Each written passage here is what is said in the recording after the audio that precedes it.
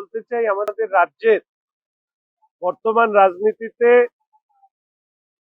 একজন part timer রাজনীতিবিদ এবং ফুল টাইমার তোলাবাজ তিনি বিভিন্ন জনসভা করছেন এবং সেই জনসভার মধ্যে তিনি মাঝখানে জ্যান্ত ভূতদেরকে দিয়ে র্যাম্প ফাটিয়েছিলেন। আমি প্রশ্ন তুলেছিলাম যে জ্যান্ত ভূতদের সাথে সাথে এই র্যাম্পে সেই বিএলওদেরকে হাঁটানো হোক যারা জ্যান্ত মানুষকে মৃত দেখিয়েছিলেন।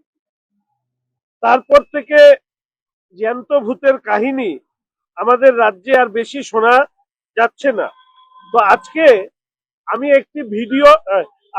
একটি আপনাদের অডিও শোনাচ্ছি এবং এই অডিওতে আপনারা পশ্চিমবঙ্গের জনগণ নিশ্চিতভাবে উপলব্ধি করবেন যে রাজ্য জুড়ে এই যে বিভিন্ন হিয়ারিং সেন্টারে যে গন্ডগোল হচ্ছে সেই গন্ডগোলের সূত্রপাত কোথায়। আমি শুনেছিলাম যে বিশেষ ধরনের অ্যাসিড যদি মাটিতে দিয়ে দেওয়া হয় তখন এক বিশেষ ধরনের প্রাণী মাটির গর্তের থেকে বাইরে বেরিয়ে আসে। এই বাইরে বেরিয়ে আসার পেছনের কারণ হচ্ছে এই এসআইআর না হলে এগুলো আমরা জানতে পারতাম না। আমি অনুরোধ করব এই কল যে রেকর্ড এটা একটু শুনুন। আর আমাদের যে একটা যে অ্যাপ্লিকেশন ছিল সেটার মধ্যে মানে ভুল তথ্য এসে গেছে, তো সেটার জন্য আপনার 2 ছেলের জায়গায় 8 ছেলে হয়ে গেছে। এমনকি আমাদের গ্রামের অনেক মানুষেরই এরকম হয়ে গেছে, যাদের 2 ছেলের জায়গায় 18 ছেলে হয়ে গেছে। 2 ছেলের জায়গায় হিয়ারিং এর নোটিশ পাওয়ার পরে ছেলে এবং বাবা যখন হিয়ারিং সেন্টারে উপস্থিত হন তিনি শোনেন যে তারা হচ্ছে 8 ভাই, অর্থাৎ তার সাথে আরো 6 নতুন ভাই যুক্ত হয়েছে। তিনি বলছেন যে তার গ্রামে যাদের হয়তো 2 জন ভাই বোন আছে তাদের দেখা যাচ্ছে 18 জন ছেলে মেয়ে হয়ে গিয়েছে। অর্থাৎ ম্যাপিং করতে গিয়ে এই ধরনের ভুয়ো তথ্য ব্যবহার করে, অন্যের নাম ব্যবহার করে, 2002-এ যাদের নাম ছিল তাদের নাম ব্যবহার করে একের পর এক নাম এই ড্রাফট ভোটার লিস্টে তোলা হয়েছে। যখনই হিয়ারিং এ নোটিশ আসছে এই তথ্যকে গোপন যেহেতু করা যাবে না, তখন এই হিয়ারিং সেন্টার গুলোতে একের পর এই ধরনের ঘটনা, হামলার ঘটনা ঘটছে।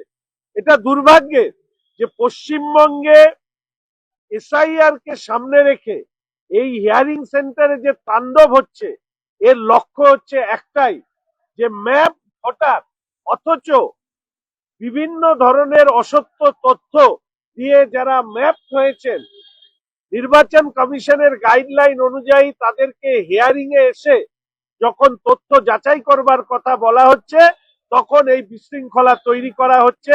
এটা তৃণমূল কংগ্রেসের রাজনৈতিক পরিকল্পনার কারণেই এটা হচ্ছে এবং আমরা ভারতীয় জনতা পার্টি এটা পরিষ্কারভাবে বলি যে নো এসআইআর নো ভোট, অর্থাৎ এসআইআর করেই ভোট সম্পন্ন হবে এ বিশ্বাস আমাদের আছে।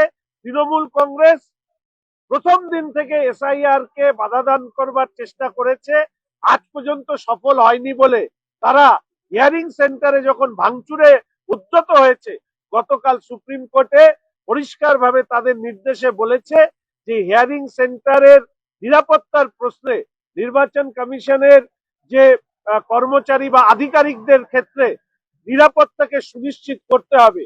ফলে এর অন্যতা হলে নির্বাচন কমিশনকে যথাযথ ব্যবস্থা নিতে হবে।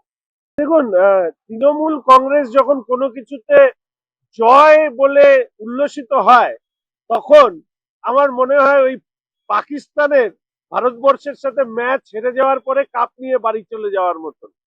তৃণমূল কংগ্রেসের জয় হচ্ছে অবোধের গোবদে আনন্দ। তৃণমূল কংগ্রেস সুপ্রিম কোর্টে প্রথম গিয়েছিল এই কারণে যে এসআইআর এই প্রক্রিয়াকে বন্ধ করতে হবে। আমি তো বুঝতে পারলাম না যে গতকাল তৃণমূল কংগ্রেস যে দাবি করেছে, আমি প্রথমে ভেবেছিলাম যে এসআইআর বন্ধ করবার নির্দেশ সুপ্রিম কোর্ট দিয়েছে, পরে দেখলাম সেটা দেয়নি তৃণমূল কংগ্রেস। ফলে এই যে জয় বলে নিজেদেরকে নৈতিক জয় ইত্যাদি জয় বলে যারা লাফাচ্ছে কোর্টে জিতেছি, ভোটে জিতবো না কি একটা বলছে।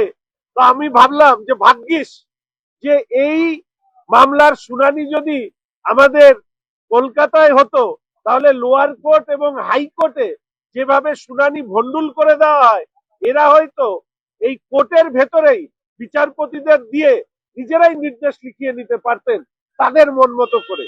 এটা সৌভাগ্য পশ্চিমবঙ্গের মানুষের জয় এই কারণে যে পশ্চিমবঙ্গের মানুষের জয় এই কারণে যে অন্তত তৃণমূল কংগ্রেসের মতন একটা দুর্বৃত্তের রাজনৈতিক দল যে লক্ষ্যে এগোচ্ছিল এসআইআর বন্ধের, সেই লক্ষ্যে তারা সফল হয়নি। ফলে জয় যদি কারো হয়ে থাকে সেটা মানুষের হয়েছে। নিরাপত্তার প্রশ্নে এই রাজ্যের সরকার তার যে দল পরিচালনা করে তাদের প্রধান এবং প্রধানতম লক্ষ্য হচ্ছে যেন তেন প্রক্রিয়াতে এসআইআর কে বানচাল করে। কেন এসআইআর কে বানচাল করো? আজকে যদি পশ্চিমবঙ্গ এবং উত্তরপ্রদেশের তুলনা করা হয়, এসআইআর এ পশ্চিমবঙ্গ থেকে উত্তরপ্রদেশে কয়েক গুণ বেশি নাম বাদ গিয়েছে। উত্তরপ্রদেশে তো কোনো সমস্যা হচ্ছে না। এমনকি আমি এই কথা বলেছি যে এএসডি লিস্টে যে 59 লক্ষ মানুষের নাম এসছে, আপনারা 59 জনকে রাস্তায় দেখেছেন বিক্ষোভ প্রদর্শন করতে, করেনি। ফলে স্বাভাবিকভাবেই ড্রাফট ভোটার লিস্টে ম্যাপ হওয়ার জন্য তৃণমূল কংগ্রেস আইপ্যাক নামক এজেন্সিকে ব্যবহার করে তারা অসত্য তথ্য দিয়ে যাদেরকে ভোটার লিস্টে নাম রাখতে চেয়েছেন, দেখা যাচ্ছে তারা হিয়ারিং এর নোটিশ পাচ্ছেন অনেকেই। ফলে তাদের কাছে এই তথ্যগুলো তো প্রমাণ করতে হবে।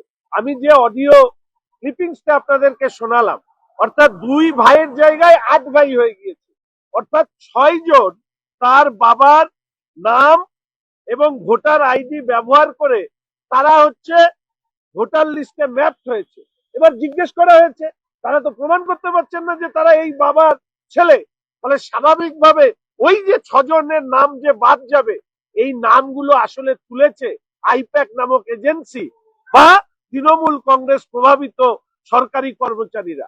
ফলে উত্তরদায়িত্ব তৃণমূল কংগ্রেসেরও যেমন আছেন, আর এইভাবে যারা ম্যাপ হয়েছে অসত্য তথ্য দিয়ে, আমি মনে করি নির্বাচন কমিশনের সেই বিএলও এবং যারা এইভাবে অসত্য তথ্য দিয়ে যারা ড্রাফট ভোটার লিস্টে অন্তর্ভুক্ত করেছে তাদেরকে চিহ্নিত করে ব্যবস্থা গ্রহণ করা উচিত। ভ্রান্ত প্রচার তৃণমূল কংগ্রেসের। একসময় মাননীয় মুখ্যমন্ত্রী বলেছিলেন যে সরকারি কাগজপত্র লাগবে তার তৈরি করবার ক্ষেত্রে সহযোগিতা করবে। মানে পশ্চিমবঙ্গ তো হচ্ছে জাল নথির কারখানা। আমি যে কথা বারবার করে বলি, আর রাজ্যের মাননীয় মুখ্যমন্ত্রী এবং তাদের জনপ্রতিনিধিরা এই জাল নথির কারখানার থেকে অর্থ উপার্জনের যে রাস্তা তৈরি করেছে, সেই জায়গায় দাঁড়িয়ে এই ডোমিসাইল সার্টিফিকেট তৈরি করে দেবার নাম করে সেখানেও হয়তো অর্থ আত্মসাৎ করছে তৃণমূল কংগ্রেসের নেতারা। তাই হয়তো এই আবেদন তৈরি হচ্ছে, কারণ এই সময় তৈরি করা ডোমিসাইল সার্টিফিকেট কোনোভাবেই এসআইআর এ তথ্য হিসাবে গৃহীত হবে না। একথা নির্বাচন কমিশন আগেই জানিয়ে দিয়েছে। আমাদের রাজ্যে বারবার করে এটা পরিলক্ষিত হয়েছে যে এই রাজ্যের সরকার রাজ্যের জনগণের নিরাপত্তা দিতে ব্যর্থ।